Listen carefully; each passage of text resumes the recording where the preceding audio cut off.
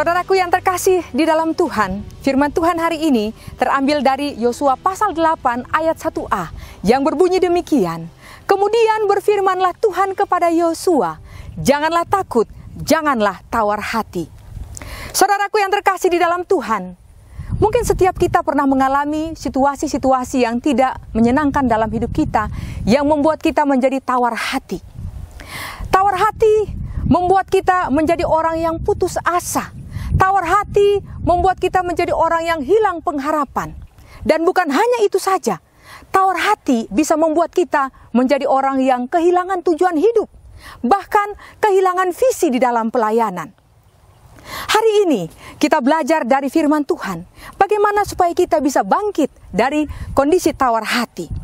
Kalau kita melihat di dalam teks ini dari pribadi Yosua, di dalam memimpin bangsa Israel, mereka baru saja mengalami kekalahan yang luar biasa, kekalahan yang sangat memalukan dari bangsa Ai. Dan ini membuat mereka menjadi tawar hati.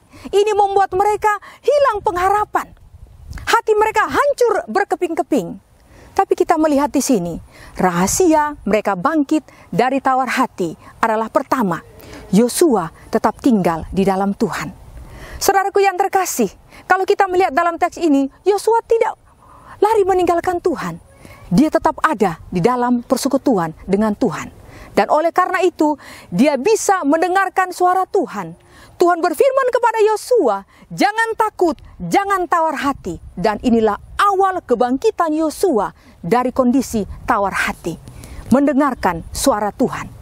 Saudaraku, jika kita ingin bangkit dari kondisi tawar hati, jangan pernah meninggalkan Tuhan ketika kita mengalami tawar hati.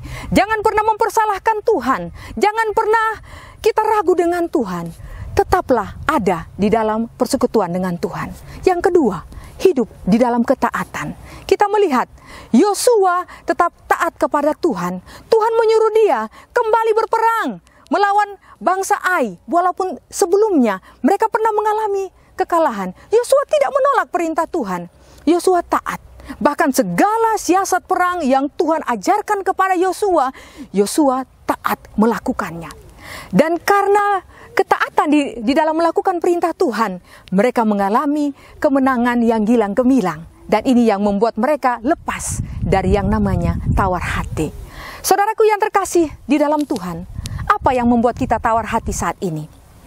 Mungkin ada hal-hal yang membuat kita susah untuk melepaskannya. Tapi ingatlah satu hal, jangan pernah tinggalkan Tuhan.